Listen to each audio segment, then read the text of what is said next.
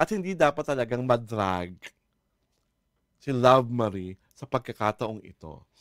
Ginawa siyang scapegoat eh. Yun ang Yeah. masakit.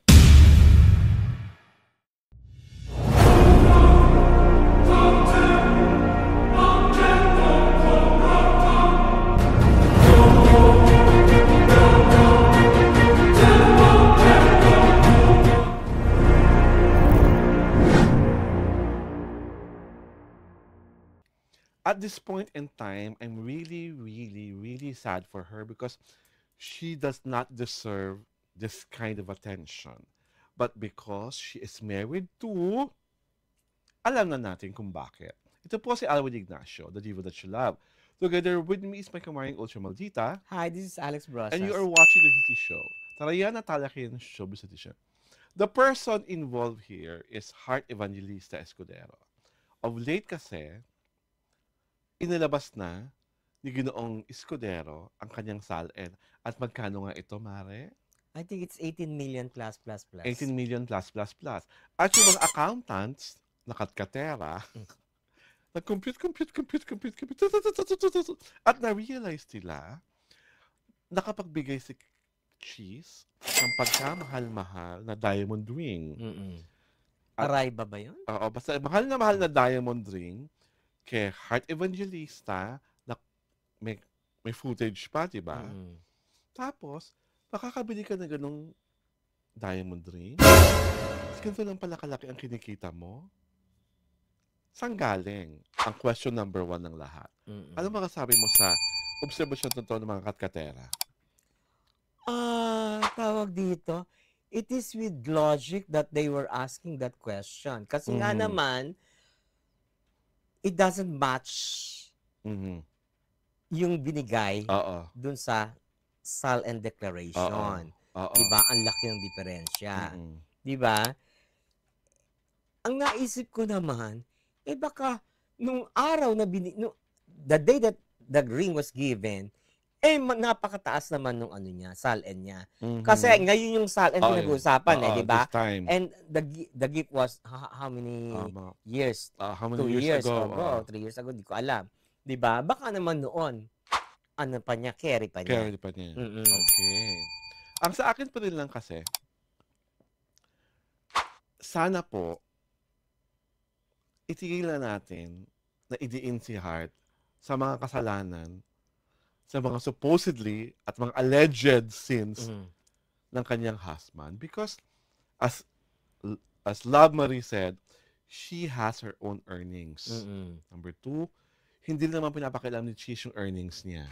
At number 3, yung perang ginagastos siya supposedly from splurging comes from her.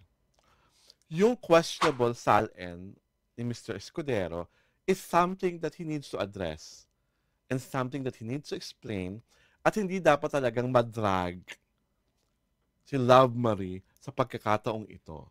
Kung nangyari nga yung bigayan na yun, nung bonggang-bongga pa ang kanyang SALN, okay. Pero kung talagang ever since pala, ang declaration niya ng SALN ay laging ganon, then that's where the doubt comes in. Diba?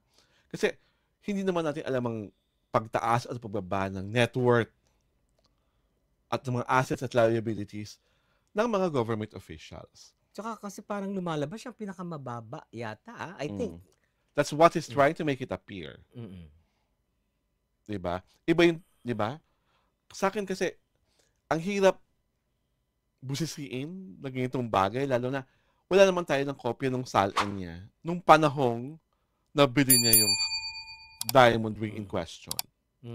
If that comes out, at nakita pa rin na 18 million pa rin pala yung SALN niya noon, nakabili siya ng ganon, yun mas, yung tumbling, di ba, girl?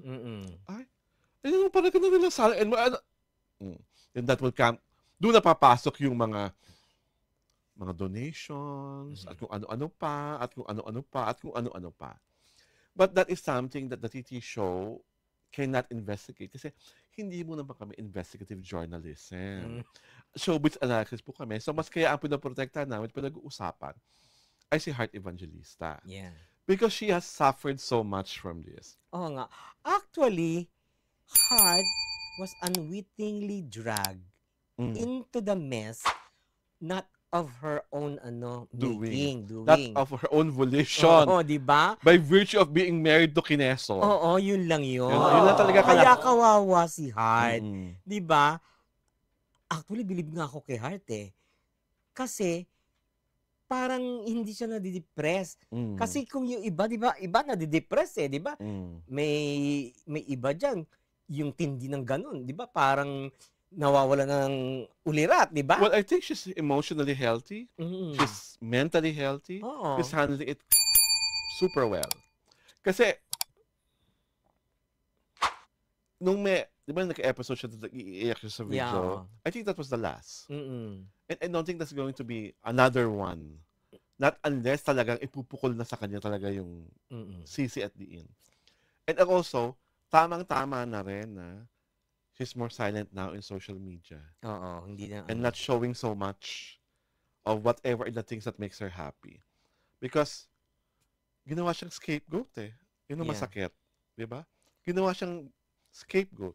The enormity of the scandal that she was unwittingly plunged into is something, very great. Yes. Na only a tough cookie can, And she's showing can surpass, di ba? It's just really a tough cookie. Oo. Everything that she does now, parang ini-scrutinize. Oo. Yung may IG post siya na may parang peki naman yung baril. Parang, ha? Ano ito? Tapos may, parang naman yun eh. Parang it's for parang Halloween, naman lata. Mga drama lang yun eh, na Tapos meron din na parang nasa mansion siya na old house, na old yung furniture. Sabi ko, alam mo kung yung mga netizens ko, anong mga kung anong mga iniisip, parang luka-luka na lang. Luka lang talaga ako sa netizen. Ang dami na lang time para sundan at subaybayan at busisiin ang mga pang-araw-araw na mga aktibidad ni Heart Evangelista. They are so, Wala pa kayong ibang life? Magtatanim kayo ng bakawan sa Manila Bay. Linisin yung Ilog Pasig. Wala ba kayong pag-abala ang iba?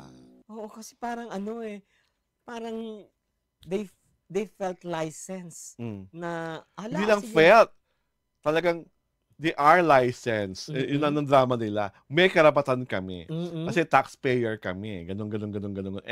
But is also a taxpayer. Diba? Pero si Heart, hindi mo nakikialam sa iba eh, diba? Oh, that's the well, difference. I just hope that whatever are the political situations that will happen tomorrow, soon, kay Kineso, I just hope protektahan mo naman yung asawa mo. Shield her from all of this because she does not deserve it. Yes, she is showing to us that she's mentally healthy. She's showing to us that she's emotionally intelligent. But please, in the privacy of your homes, assure her that you love her and that you will do everything to protect her from all of this. Because grabing-grabe na Kineso ang ginagawa ng mga tao sa asawa mo. At wala kang sinasabi about it. You can just, di ba? Wala pa. Wala pa. You can, one statement na please stop harassing my wife. Okay na kami doon.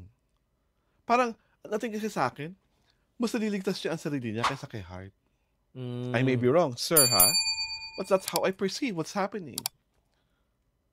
You are protecting more of your name, more of your legacy, more of your personality, because you know that, hey, my wife is an actress, she's intelligent, she's rich, she knows how to deal with it. Diba? Parang, hindi lang ako makapaniwala na parang napaka-nonchalant mo pag yung mga tira kay Heart, yung sa mga tumitira-tira kay Heart. Hindi, because siguro dahil hindi siya tinitira. Pagka tinitira na siya, di siya. Pero kapatid, asawa mo yun eh. Oo nga. Hindi mo naman yung... That is expected of you na iipagtanggol mo. Diba? Because she's your okay lang wife. kung girlfriend niya lang eh. Pwede mo girlfriend ko lang naman yan. Hindi ko tatanggol. Asawa mo na po.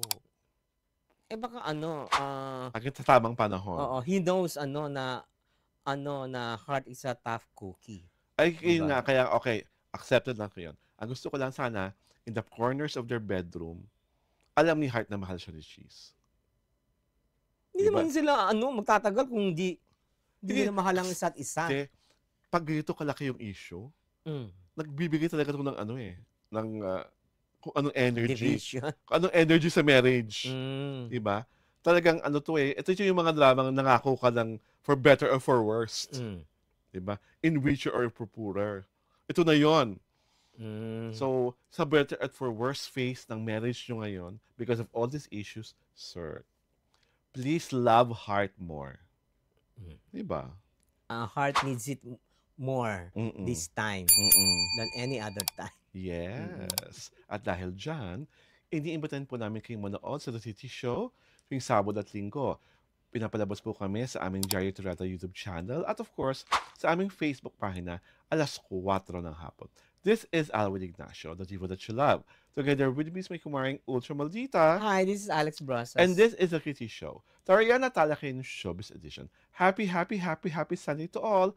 And we hope you paid respects to all the people you dearly love because, today is also Sunday.